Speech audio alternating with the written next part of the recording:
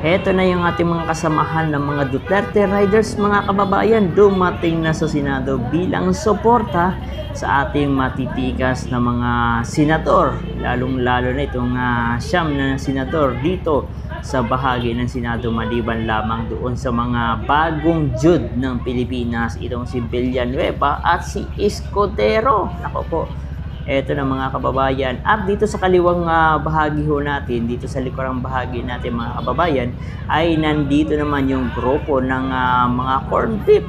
Ako po, napakarami ho nila dito. Pero itong sa grupo ng mga Duterte supporters ay nagsisimula pa lamang magsidatingan at hindi ko alam kung ano yung posibleng mangyari. Baka talagang dumagsa pa ng husto ang ating mga Duterte supporters riders at ang ating mga Duterte supporters. O ito mga kababayan, no?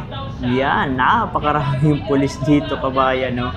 Itong sa Center Island, ito yung grupo ho natin, yung mga Duterte supporters.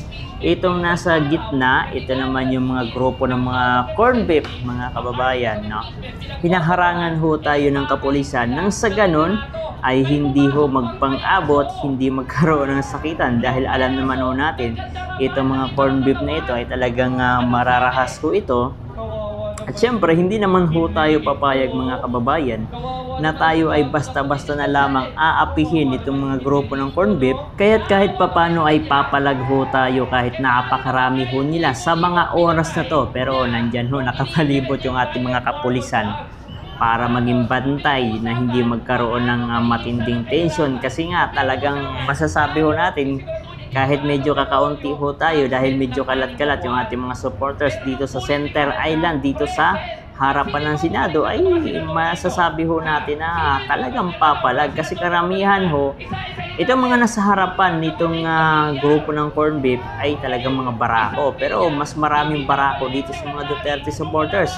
Yung nasa likurang bahagi o dito sa kaliwang bahagi itong mga grupo ng corn beef, mga kababayan, ay mga kabataan na yung mga nandyan. Pero talagang masasabi ho natin, malala ho ang mangyayari kapag nagpang-abot.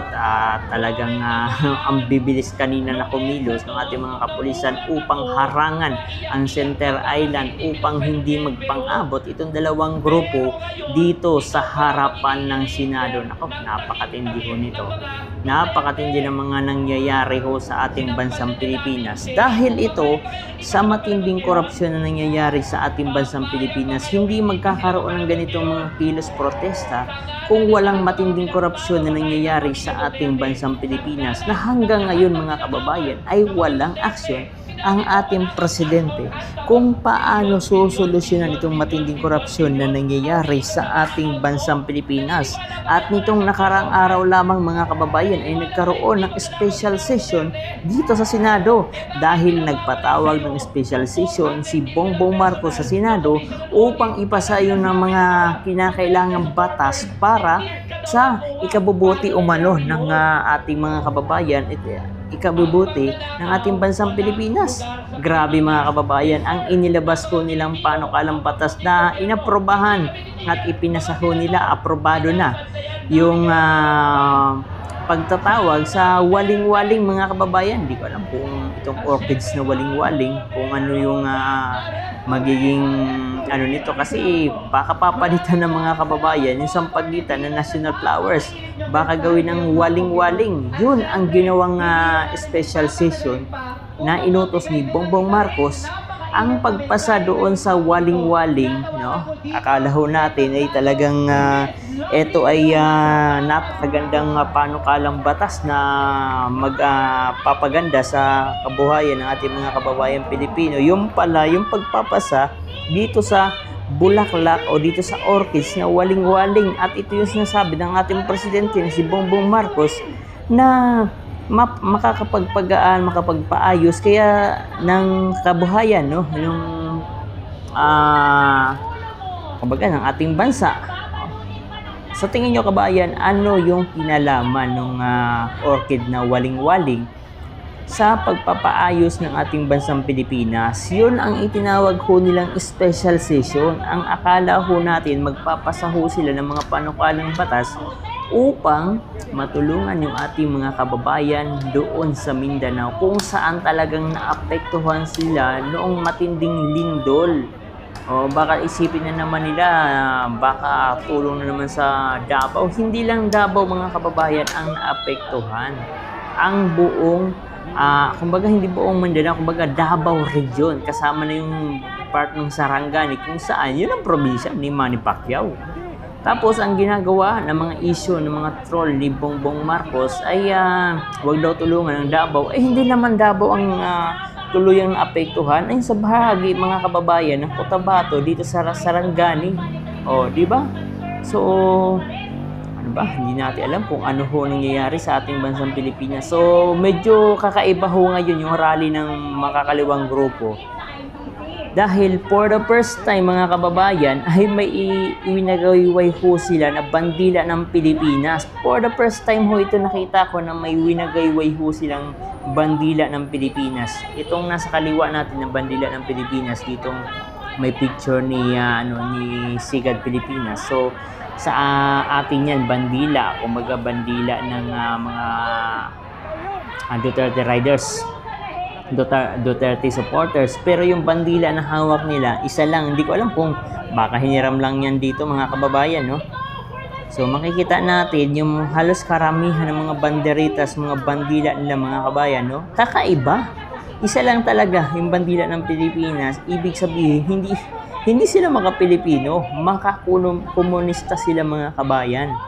Dahil kung maka-Pilipino sila, ang dala-dala ho nila, bandila ng Pilipinas, mas maraming bandila ng Pilipinas kumpara dito sa mga banderitas na kanila mga winawagayway. Tingnan nyo dito sa unahan mga kababayan. Wala ho kayo makikita na bandila ng Pilipinas maliban doon sa mga nakasabit na bandila ng Pilipinas na dala-dala kumbaga dito kasi nag-i-stay ang mga Duterte supporters bilang pagsuporta dito sa mga matitinong senador, maliban lamang doon sa masasabi natin mga buwayang mga senador na pinagtatakpan ng mga issue ng flood control project. Kasama na mga kababayan yung issue.